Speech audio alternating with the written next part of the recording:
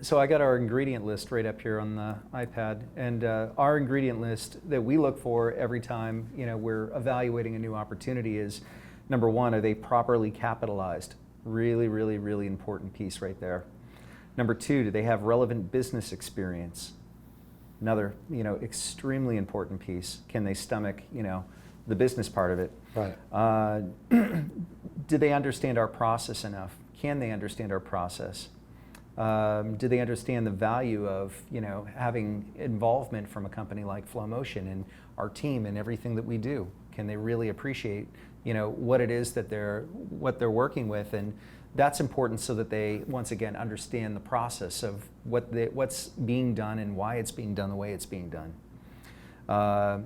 Has a product or service that's killer. It's a great product, a great service. And obviously that has to be right. That has to work. It has to be something that is Right. There's a demand for. There's a desire for, not an interest, a demand or a desire. And most importantly, they understand the end goal. So they understand what we're working towards, and that's pretty much the list that we had really discussed some time ago in terms of when we're talking with new prospects, friends, clients, whatever it is.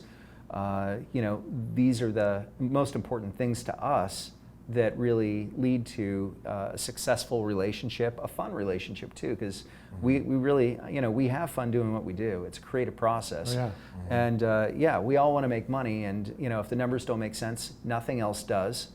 We believe that is so true. But end of the day, we want to go home with a smile, and we want to enjoy what we're doing. So it's important that we're working with people that we can have a good time with, and they get it. So. Yeah, and I think I want to touch on the one that you said, properly capitalized, Yeah. right? It doesn't mean that you have to come in here and have millions of dollars in the bank No. to do business. What it means is you're thinking about, just like any other business person, is how are you going to be able to capitalize that business, right? Now as well in the future. And I'll give you an example, right? And we've had this happen where they actually, we had a product company we were selling, they were being very successful selling products, physical products. Well, what happened was they were so successful with physical products, they had not properly capitalized to buy their next round of inventory, right? Because you had to buy their inventory before they could actually sell it. So it's a matter of just somebody who's willing to, is looking and confronting what is the capital requirement to run the business that they're trying to do. Because we certainly don't want to pull the plug because we're successful. And we've had to do that, right? And that's just, so capitalization is not so much do I have a pile of money, it's how am I thinking about, and do I have a way, and we can help you in some cases figure out the best way to do that, but a way to keep the business capitalized as we go along so that doesn't become a stop as we work to grow our club. So Once we generate the dance floor and we get your customers out on the dance floor, it's imperative that we know that you can keep the bar stocked. That's right. That's right. Perfect. I was just going to actually mention that and you keep exact the hats point. and T-shirts ready, available. Right. Yeah. Inventory Exactly. is a big, Right. big thing. Yeah. So we start moving volume of inventory. Is there enough money to replenish that inventory very quickly, and a lot of it? What's the state of the relationship that the client might have with their vendors? So how solid is their supply chain? Are they able to turn around inventory quickly? Do they have the capital to produce the inventory? Well, and we help with that a lot of cases, right? If In the planning phase. I mean, because we have a lot of relationships with other things that are sort of out of our wheelhouse. We do. We can do that to help facilitate that. But we're going to be asking those questions. We're going to be digging into those types of things in that first phase, right? And so I think that's going back to that ideal criteria. It's somebody who's thinking about that and willing to look at that rather than just, hey, I've got $100. I just got to see if my $100 can turn this into a lottery win. That's not a good fit. They're just not going to. It's I hope you succeed and I hope you win the lottery, but that's not a good fit for us. No, it's not. Okay. So maybe let's talk about the discovery phase one, and some of the things that we accomplish. And I'll start to go through the list and maybe just interject where you guys feel it would be productive to expand. So of course we dive very deep into the company and its products. So we learn everything we can about the company, its products, what makes them special, all of that. And then we look at all the competitors. So who are your competitors? And not just receiving a list from the client saying, oh yeah, we already know everything and we can just give you a one sheet on our company, our products, and oh yeah, these are our top competitors and great, now you have everything you need to know. Well, no, that's not how it works. There's a lot of deep digging that we have to do to really understand what those competitors are doing. Everything from where they're marketing, what media channels, what content, and we can even dig a whole lot deeper and find out like what their marketing trends even look like. Right. So we can find out like whether it's keywords, we can track the performance history of keywords that they've paid for through paid search. We can look very deep into their marketing efforts on media channels like Facebook and understand what sort of content they've been rolling out and what the engagement even looks like on that content. So there's a lot of things like that we can do. We can go to their website and basically analyze their website basically and find out exactly what tools they're using, what analytics, what tracking, all of those different types of things. And that, all this data kind of comes together and paints a picture of what's working, what's successful, and you can tell what's not working, very quickly. And you can get a pretty good idea about what's working for your competitors too. So it's not a matter of just simply having a list of these are our top competitors, because that's not how it works. Well, you bring up a great point, because the lens that we're going to be looking at this through is completely different than you as the business owner are likely looking at this lens. Yeah. Right? As a business owner, we're looking at, oh my God, I have a great idea, I have a huge opportunity, right? You're all excited, all that stuff, that's great, right?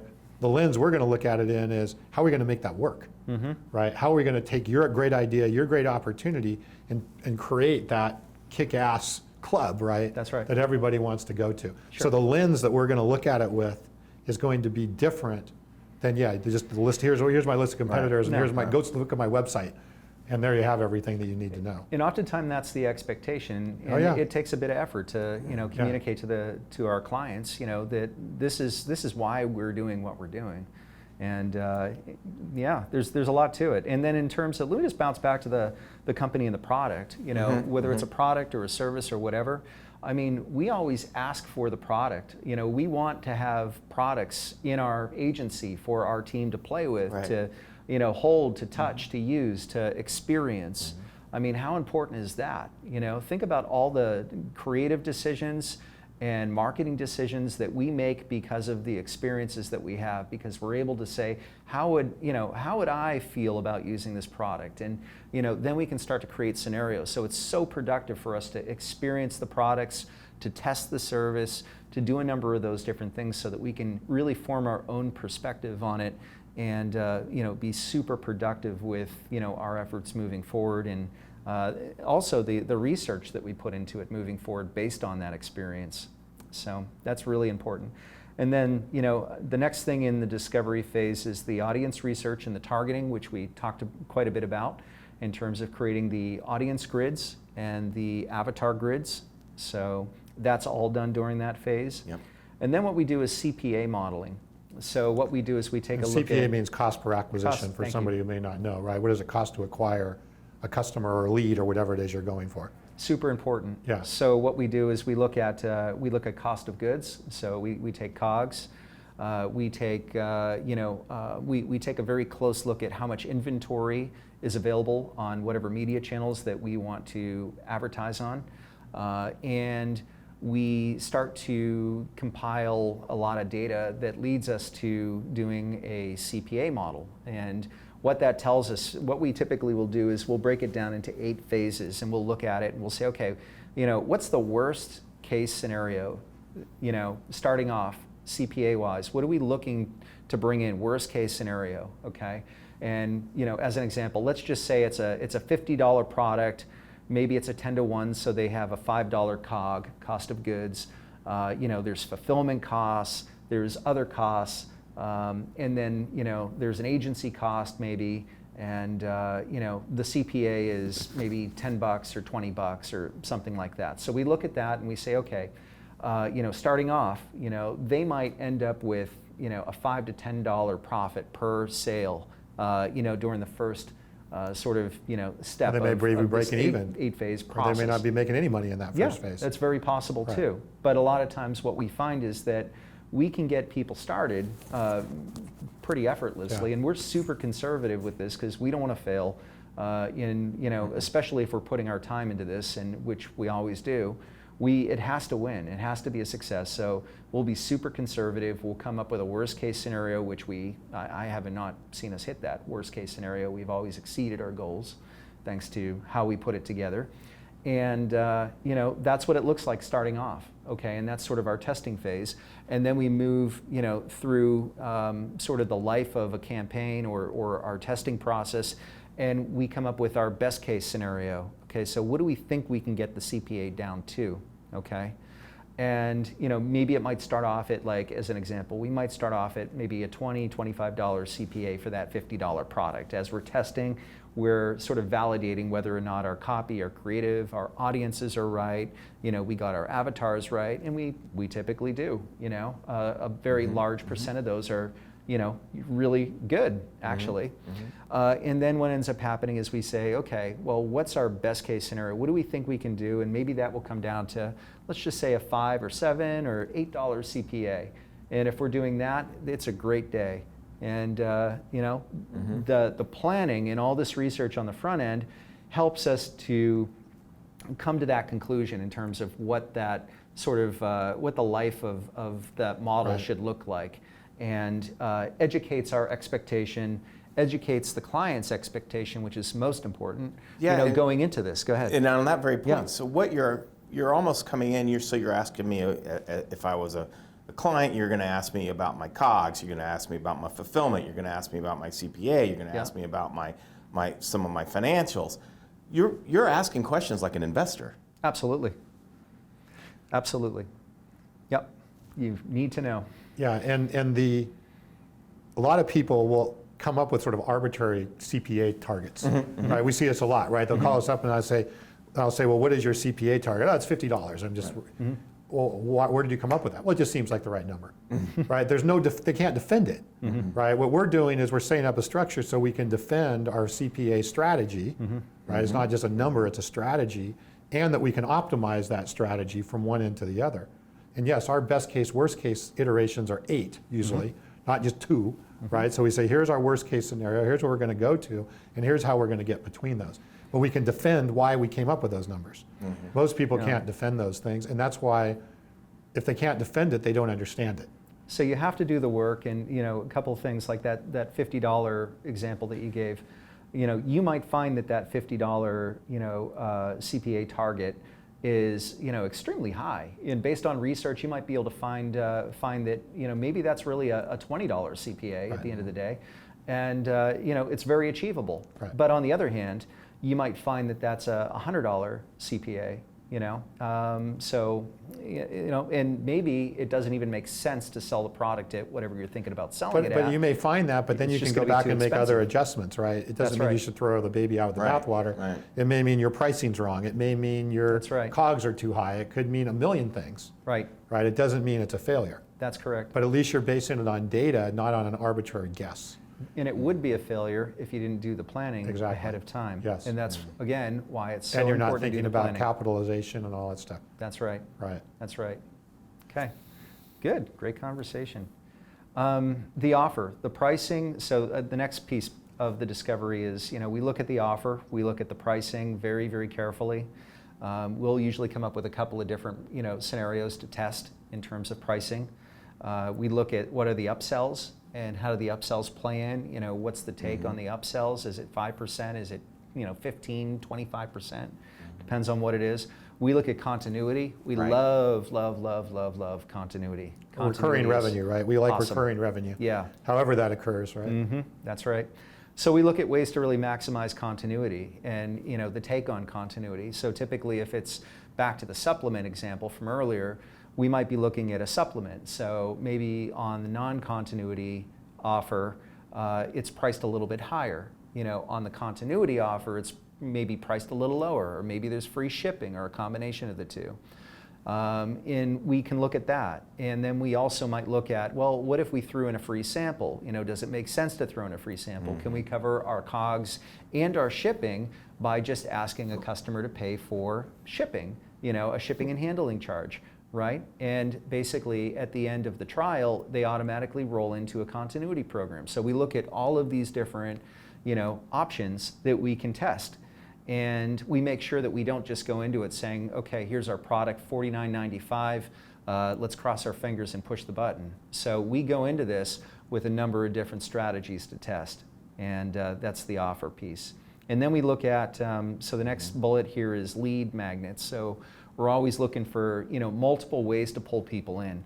So maybe it's, maybe we have, let's just say it's a product, and we're looking to go to market with multiple ways to attract prospects to look at this opportunity. And of course, there's through blogs, there's ways that you can do it through direct response ads, just running posts with CTAs, call to action posts that drive people to a sales page, a landing page, that warm them up enough. Maybe they have a video on the page, and you're able to convert a very, good number of people right off the top, and then through retargeting, you get, a very desirable, overall conversion rate. So that's a great day. But also, the use of lead magnets, things like opting in for a video series or opting in for an ebook. Very, very, very, very powerful, especially for products and services that require a certain level of nurturing, a certain level of explanation. So if you have a service that's like, basically it's a service that is very clear, you understand what the service is, and it doesn't really require the education for your prospect. Typically, you can get away with maybe not doing a video, going with posts, going with things that are a lot more clean and simple, and it's more of a volume play and a creative play. But if you have a product or a service that really requires a lot of explanation in terms of how it works, why it works, what's unique about it, how is it working for other people, what are other people saying about it, that's going to require, definitely more of a nurturing process, and video is an ideal way to accomplish that. So when it relates to lead magnets, you can really do a lot of that nurturing through the use of lead magnets. And so there's a lot of value in that. So what we do is we dive really deep into, what are some really productive ways that we can develop lead magnets, to reel in new leads, and nurture them into customers. How do we convert these guys? So that's super powerful. Anything to add to that? Yeah, I just think that one of the other aspects of our lead magnets is the way to generate emails and to really collect email information from people. Yeah. So to have them to opt into our offers or to receive their information from us, so that we then are collecting a massive amount of email addresses that the client can use over and over and over again in a way that they may not have been expecting on the way in the door. So, well, and going one step further from that, I call it my digital marketing or balance sheet, right? Right. My email list, of course, is an asset on my balance sheet. We mentioned earlier Facebook Messenger. If I can get a list of people that I have rights to message through Facebook Messenger, that's an asset. If I have people I have rights to communicate to through SMS on my phone, whatever it may be, right? All of those are assets on my balance sheet, and we want to be thinking about what assets we want to create and how we're going to create those right out of the gate. Because again, you look to valuation of your company down the road, right? That's an asset. If I have a good list of 50,000 emails that people actually want to hear from me on and don't go to spam, how valuable is that? Yeah. Right? How valuable is I have 50,000 people that are willing to communicate with me on Facebook Messenger? Yeah. Right? Another business would buy that by itself, right? Even if you didn't do anything else, they'd buy that kind of stuff. Yeah. So you got to be thinking about your balance sheet, your digital marketing balance sheet, and the assets that you want to be created on that as you go along. Yep. One last thing I want to add, because I think there might be some confusion as people listening to this about, I'm sure some people are saying, well, I don't have a physical product. I'm not selling supplements, or I'm not selling a consumer product. Does this work for business to business? Does this work for services? And what we found is, and it's actually scary in some cases, how similar the things we need to do to sell a big $1 million system that a business, manufacturing, engineered solution that a business is selling versus a $50 shake mix, right? It's not all that different. So the process that we're going through and the discovery we would go through would make sense. Again, if you're just trying to get leads that are qualified leads for a salesperson, because you're a big B2B, multiple, large, big ticket sale. It could be for a professional service. If you're trying to sell, you're a lawyer, you're a dentist, you're an accountant, whatever. Or if you're selling physical products, or info products.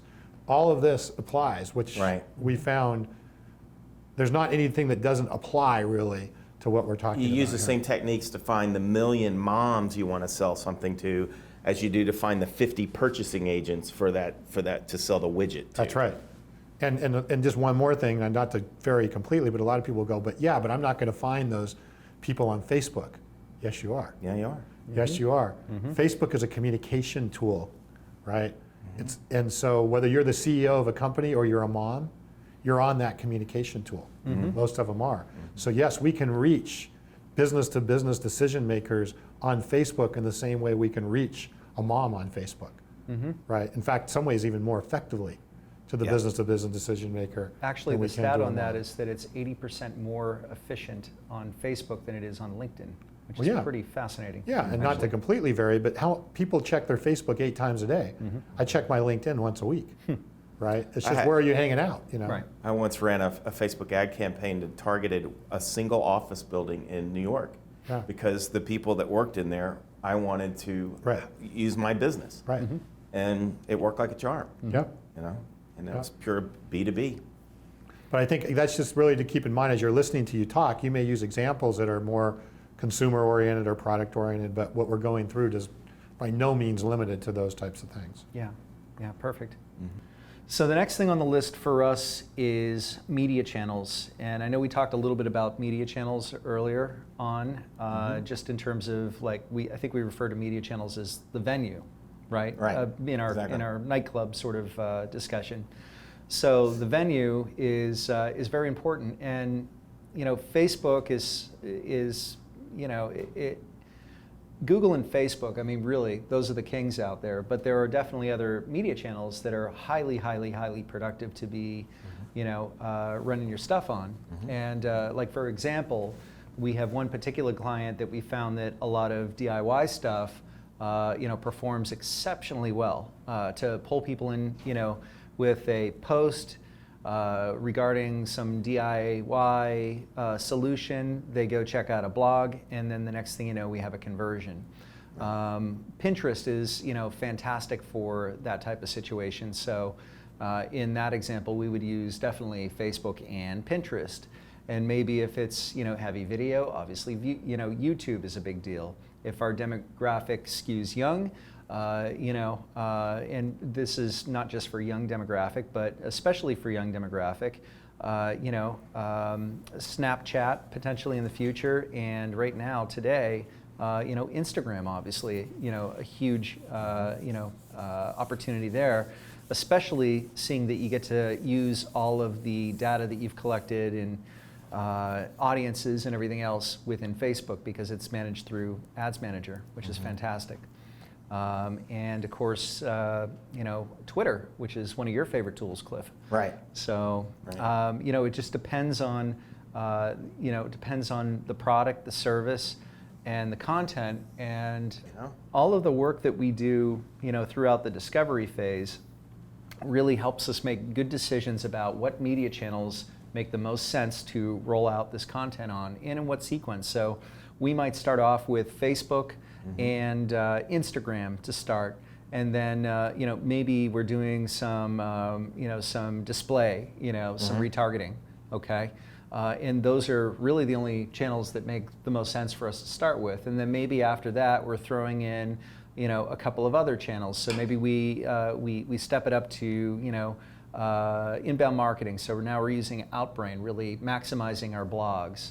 And then we're expanding to maybe it's a tangible product. So maybe we're also selling that on Amazon, and maybe we're Also dealing with Twitter because we have some time-sensitive stuff that we could really, really push and maybe even get influencers involved at that point. So the media channel strategy is another really important piece that we dive deep into during the Yeah, and I just discovery wanted phase. to touch on Yeah, that go for here. it. That was okay, and I think this is important. We Yeah. kind of touched on this, but to kind of visually see, right? Everyone has their website or our landing pages or our funnels and all that stuff, which we're going to do. We'll get into that in a minute. Yeah. And just, I would say any client we work with, we're going to be using Facebook, right? And we're going to use Facebook as kind of our core place that we start with, right? And we're going to use the analytics power of Facebook. We're going to use the reach of Facebook. We're going to use all the things we've talked about in Facebook to really get things off the ground. Right. Then we may learn, hey, as you said, Twitter makes sense, right? LinkedIn may make sense, right? Or who knows, radio or whatever. There's all kinds of other channels, right? Pinterest, whatever. We could keep drawing these out Yeah. that we'll look at and evaluate. But the thing that we're going to do intelligently is we're going to use what we've learned here.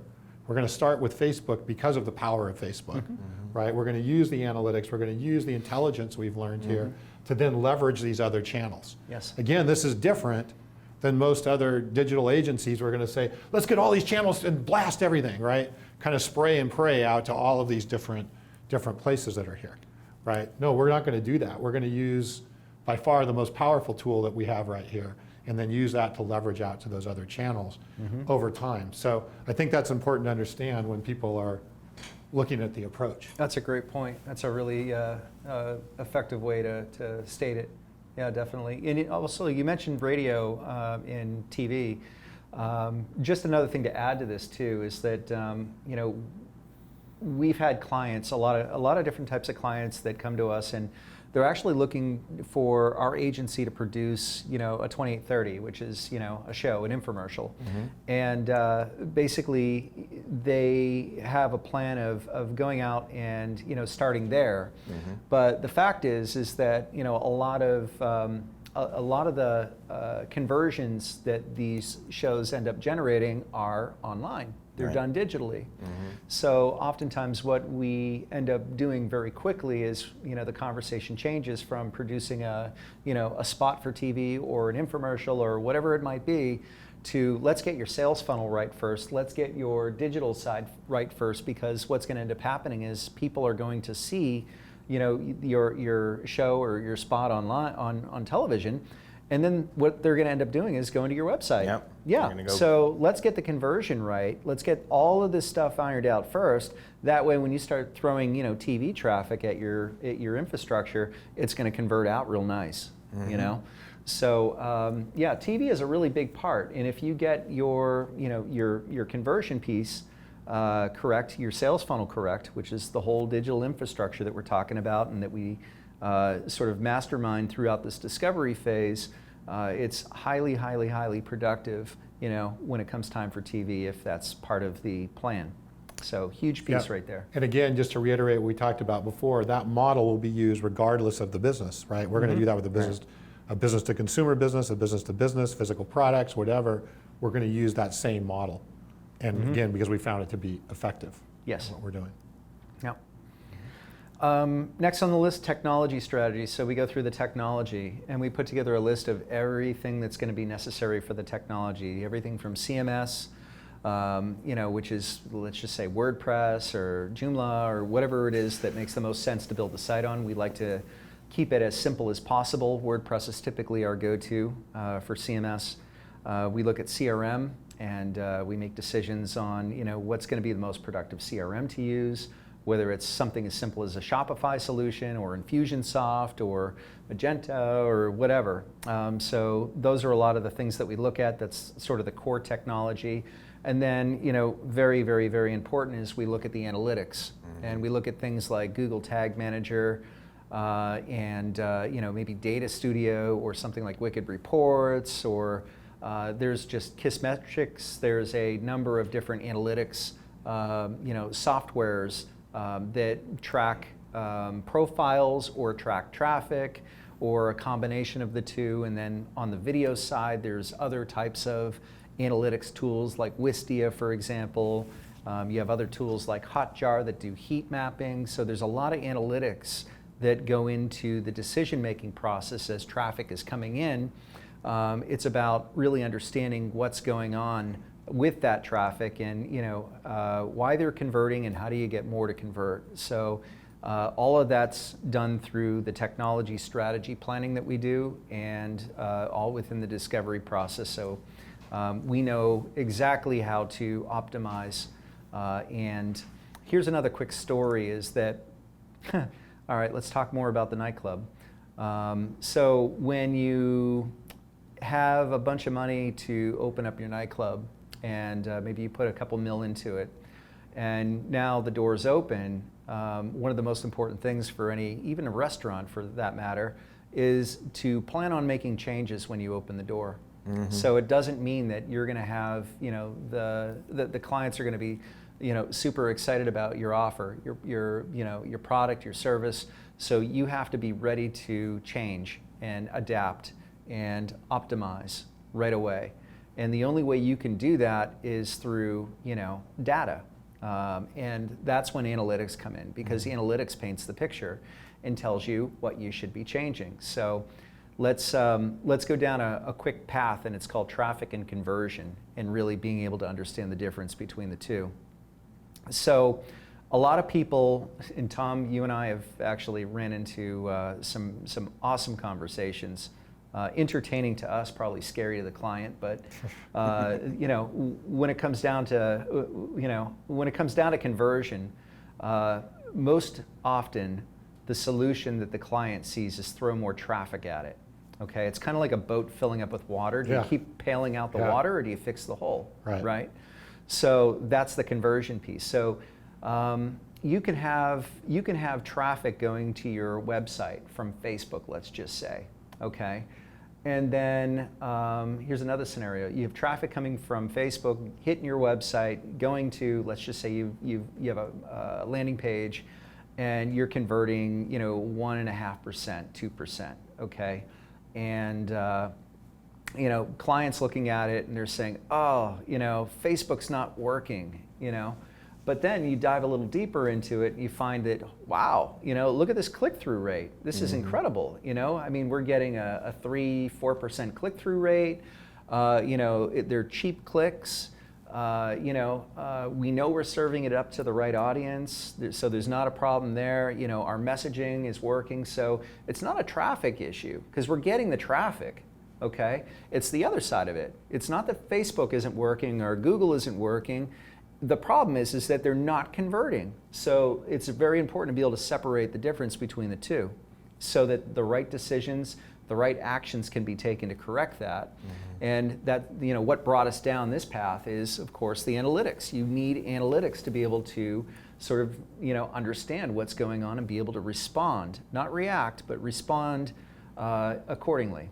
And very carefully. Go ahead. I know you got something to say. Well, no, I about think this. there's two great points that are in there that we should not just skim right by. No. The first is the whole technology strategy, and I would recommend anybody who's watching this, if they're even thinking about, hey, I need a new website, right? We hear that a lot. I need a new website, or I want to do.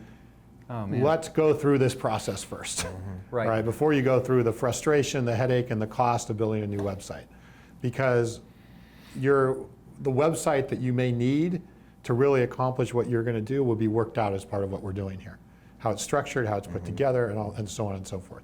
So the technology strategy, a lot of people come to us, right, when they already have quote unquote existing technology that frankly is almost unusable for what they want to accomplish. And then we have to rip stuff out and we have to change things. So if you're thinking about a new website or you're thinking that's what you need, please let's chat before you do that, right? The second thing that you're bringing up about traffic and conversion, if you look at everything that we're doing here, or 90% of what we're doing here in discovery, is to make sure we have a good conversion strategy, right? Traffic is almost a commodity. It's like going to the gas station. I can put my thing out and fill up my car. I can go and get traffic all over the place, right? You can argue how much you're paying per gallon for traffic, but you can still go out and get a lot of traffic. The question is how are you going to convert that traffic at a cost that's viable that allows you to scale? If you look at not everything, but 90% of the things we're talking about in this discovery phase is how to be really, really smart and expert and genius, frankly, in our conversion strategy. So we're actually starting in the beginning, or the conversion, and working backwards into what we're doing. Even how the technology is set up, what technology we're using, all of that facilitates conversion. Think about it like this too. I mean, if you have a landing page that is converting out at 10%, if you can get that up another point or two, 12%. Yeah. I mean, that's massive. I mean, you've decreased your CPA by 20%. That's incredible. Yeah, no, small changes can yield huge results. Absolutely. On conversion. And you're right, your point of the answer to most people's conversion problem is more traffic. That is the solution to most people's conversion problem, which is actually just throwing fuel on the fire rather than actually handling the thing. So anyway, two very, very important points here that really, I think, bring home the importance again of why we're going through this first phase that we're going through here. Absolutely. And that's that's part of the next point here. So we talked about what we just really talked about in depth is the technology strategy. I think we sort of covered part of the next bullet, which is the funnel strategy too. Right. So with that being said, is there anything that you'd add to the funnel strategy that you think would be important? Well, there's a lot of talks about funnels right now, right? Everyone's talking about funnels. But what is a funnel? All a funnel is a system to get to a result of a conversion, right? A sale, a lead, whatever the case may be. That's all a funnel is. It's how are you going to take somebody over here who knows nothing about you maybe and turn them into a customer or at least into a qualified lead. Well, to me, everything we're doing to a large degree is part of that funnel, right? Everything we're doing with content is part of that funnel. Even how the website is set up, everything is lending to that funnel. And that's why we want to look at all of this, because what we don't want to do, and you see this a lot, is people actually have a funnel, but they do things that distract from that funnel and pull away from that funnel and cause people to go off in different tangents and not get them where they want to go, right? Well, then that's not very effective, right? We want to, you said in the beginning, Cliff, about efficiency, right? We want to make this conversion process as efficient as possible, because if it's efficient, it'll cost less and it'll scale. So that's all a funnel is. It's nothing fancy. It's just something that enables us to take traffic and turn it into leads or customers. Yeah. And at scale, right? And we may have multiple funnels, obviously, over time in doing that. But really, everything we're doing here is we're looking at how we're funneling people and how we're making that funnel an experience, actually, that's an extraordinary experience. Because there's a lot of really crappy, very awful funneling processes and people are becoming more and more picky, right? They want a better experience. They want a more extraordinary experience in how they're going through that.